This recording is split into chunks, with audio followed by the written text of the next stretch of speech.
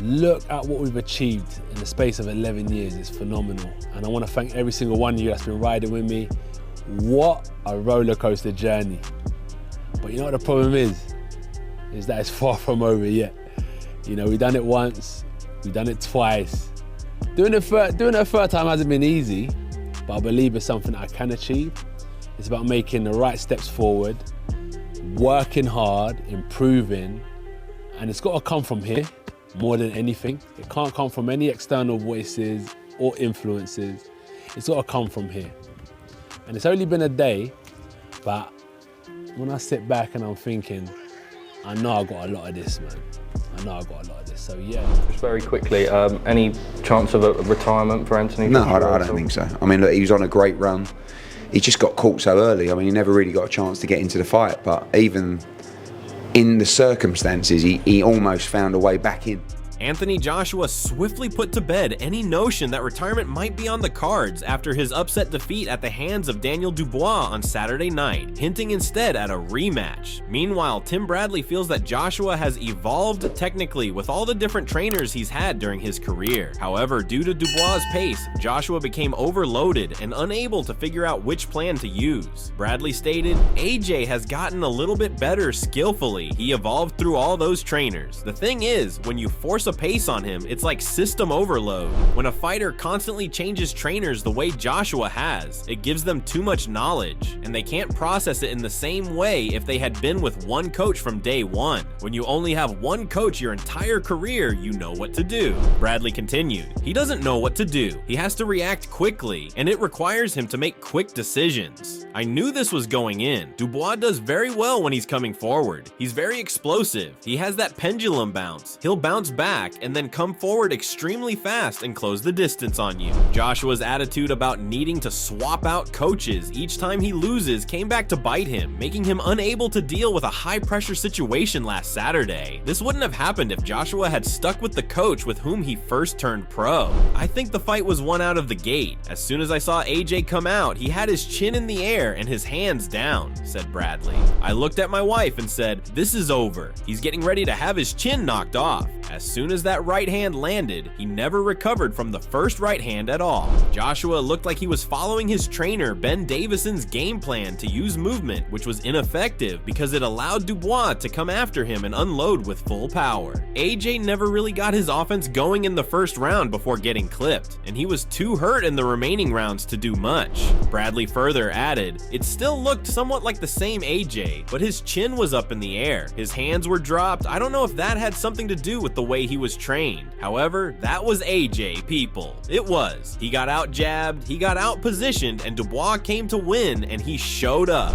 It was the 100% refurbished Joshua, rebuilt back to factory specs, that Dubois destroyed. He did not win because Joshua was washed up like some think, but rather because he was facing a guy with power similar to Vladimir Klitschko. Joshua would have had problems with Dubois earlier in his career. Bradley Sayer, one more thing. This is the first puncher since AJ fought Ruiz in 2019. He hasn't fought anybody that can punch. Think about that. His first real puncher, bro. He hasn't fought anybody that could punch that hard. AJ did face one big puncher, Francis Ngannou, in the last 5 years since his second fight against Andy Ruiz. However, Ngannou, a boxing novice with one fight under his belt in the pro ranks, had no skills whatsoever and didn't know how to use the power he possessed in his fight against Joshua last March. Besides Ngannou, Joshua had fought no one who could punch, allowing him to do well. The 34-year-old was brutally handled by his fellow British fighter as he was stopped in the 5th round and lost the chance to become a 3-time world heavyweight champion at Wembley. Anthony Joshua isn't done yet. Eddie Hearn reveals AJ's sights are set on a rematch with Daniel Dubois after their intense showdown.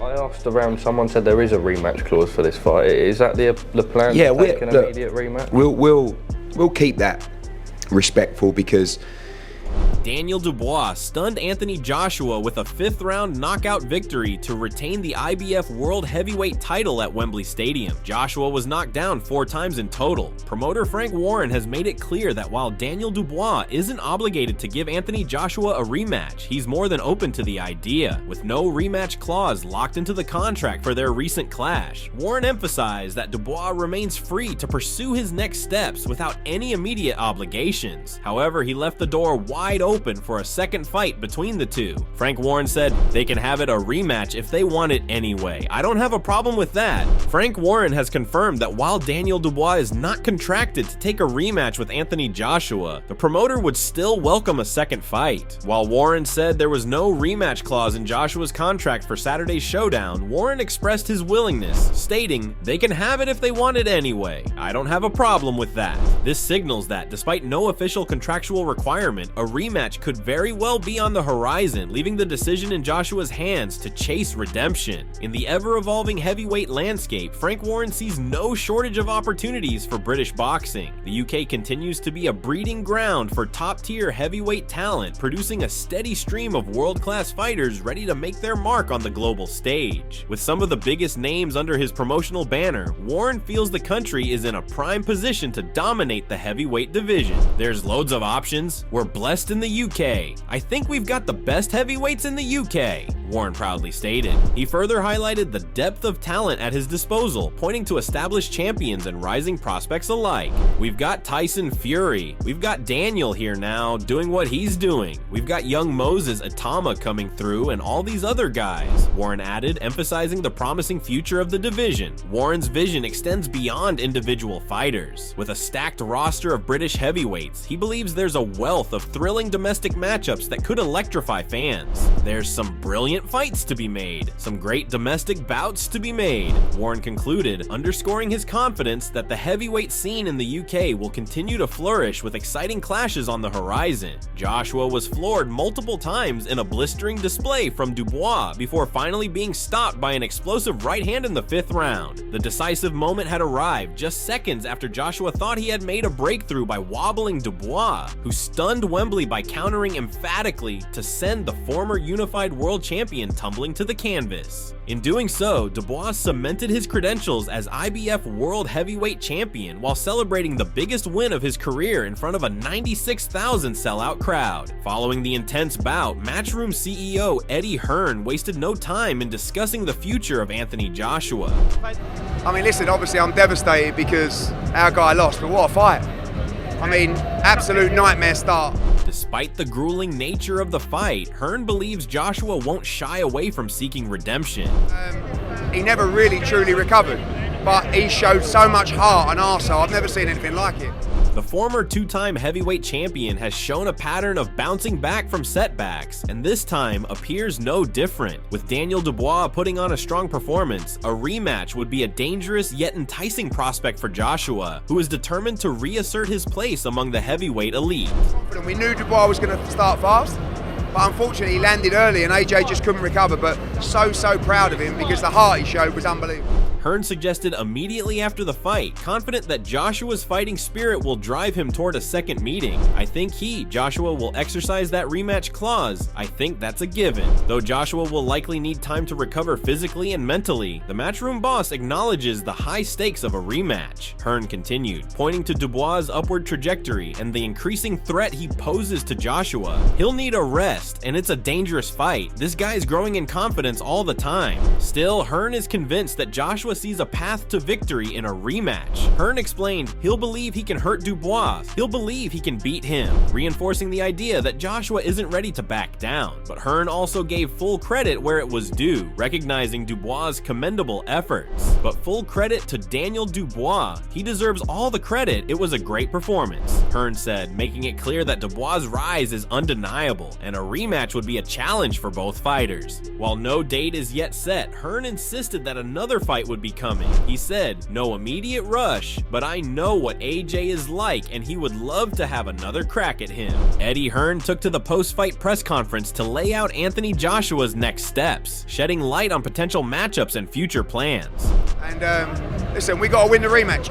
Do you think you'll do it again? Is there a clause? Rematch, I can't imagine him not triggering it, and he needs to be better. He will be better, and we'll fancy we can knock out Dubois next time. While a rematch with Daniel Dubois is on the table, Hearn emphasized that Joshua's path is filled with exciting possibilities beyond just one fighter. With the heavyweight division brimming with talent, Joshua's comeback will be part of a bigger strategy, including high-profile bouts during Saudi Arabia's Riyadh season, a major promotional event for the sport. Hearn explained, "We have another fight with Riyadh season and Turkey Al Sheikh, and Daniel Dubois is part of that plan, but so too could be Tyson Fury or another heavyweight." He emphasized on showcasing the variety of directions Joshua's career could take in the near future. While 2024 will set the stage for Joshua's return, Hearn hinted that 2025 could be even more pivotal for his fighter's legacy. Whether it's a blockbuster showdown with Fury or a rematch with Dubois, Joshua is expected to be in the thick of the heavyweight division's biggest fights. Hearn confidently stated, reinforcing that Joshua's journey is far from over. "I think that 2025 is going to be an interesting year for Anthony Joshua one way or another, but he will definitely be back."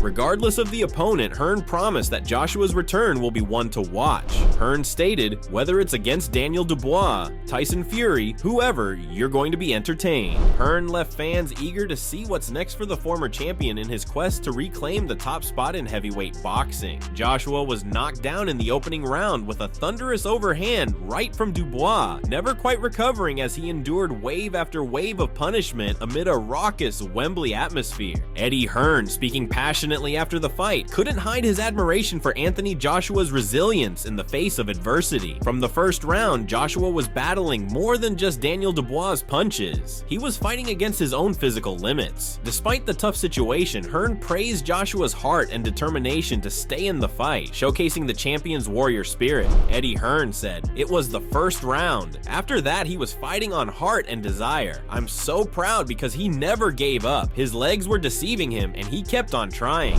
Hearn reflected on Joshua's struggle to maintain control as Dubois' power tested his resolve. Understanding the danger of facing a heavy-handed opponent like Dubois, Hearn acknowledged that such battles can take a brutal toll, but Joshua's unwillingness to quit stood out. Hearn added, underscoring Joshua's determination to rise despite the odds. "When you are in there with a massive puncher, this is what can happen." He never stopped trying to get up, even when he couldn't get up at the end. However, Hearn didn't fail to recognize Dubois' impressive performance. Hearn further stated, giving Dubois his due respect for what was a career-defining win. "Daniel deserves credit, he's a real world champion. Congratulations to him." Joshua was magnanimous in defeat as he offered praise to Dubois after a career-best performance, vowing to return again. After a hard-fought battle, Anthony Joshua showed his respect and humility in the post-fight interview, despite the disappointment of defeat. His words reflected a blend of sportsmanship and frustration as he acknowledged his opponent's success while processing his own performance. Joshua, known for his composure in difficult moments, took the time to give credit where it was due, accepting the outcome with dignity. Joshua said, "Credit to him and his team. We rolled the dice of success, but we came up short," recognizing that despite his efforts, the night didn't go in his favor. However, beneath the calm demeanor, Joshua's competitive spirit was clearly still simmering. Known for his fiery nature inside the ring, he admitted to feeling the emotional intensity that comes with such high-stakes fights, but made a conscious decision to maintain professionalism and respect for Dubois, showing a glimpse of the frustration bubbling beneath the surface, but holding himself to the standard of a seasoned champion. Joshua said, "You know I'm ready to kick off in the ring, but I'm going to keep my cool, keep very professional, and give respect to my opponent." For Joshua, being a fighter is not just about winning or losing. It's about the journey, the lessons, and the resilience that comes with every round. He reflected on the mindset that keeps him going, even when the dice don't land in his favor. His words revealed his undying commitment to the sport, one that drives him to keep moving forward no matter the result. Emphasizing his lifelong dedication to boxing and his refusal to be deterred by setbacks, Joshua shared, "I'm always saying to myself, I'm a fighter for life. We keep rolling the dice." As the emotions of the fight lingered, Joshua opened up about the mistakes he felt he made in the ring. His opponent had outpaced him in certain moments, and while frustration lingered, Joshua took accountability for his own role in the outcome, showing the mindset of a true professional who learns from every fight. Joshua mentioned, I'm posote. I'm ready to kick off in the ring, but I'm gonna keep my cool, keep very professional, and give the respect to my opponent. I had a sharp opponent, a fast opponent, and secondly, a lot of mistakes from my end, but that's the game. Balancing his recognition of Dubois' skill with an honest assessment of his own performance, AJ left the door open for growth and future opportunities in the ring. As the dust settled after his latest bout, Anthony Joshua faced a critical moment in his post-fight interview. With speculation swirling about his future in the sport, many wondered if this loss would be a turning point for the former champion. Would he consider stepping away from the ring, or would his legendary resilience drive him forward once again? The question lingered, but Joshua, true to his nature, confronted it head-on, making his intentions clear. "Probably you're asking, do I still want to continue fighting?" he said, addressing the doubt surrounding his next move. "Of course I want to continue fighting. We took a shot at success, and we came up short. And what does that mean now? Are we going to run away? We're going to live to fight another day. That's what I am. I'm a warrior." His words left no room for doubt. Joshua wasn't ready to hang up the gloves or back down. Instead, he embraced the challenge, embodying the warrior spirit that has defined his career. Despite the setback, he reaffirmed his commitment to the sport and his hunger for redemption. For Joshua, this was simply another chapter in the journey, not the end of the road. In a candid post-fight reflection, Eddie Hearn, Anthony Joshua's promoter, praised AJ's toughness despite the challenging bout. Hearn acknowledged the fight's difficulty but highlighted Joshua's unwavering determination.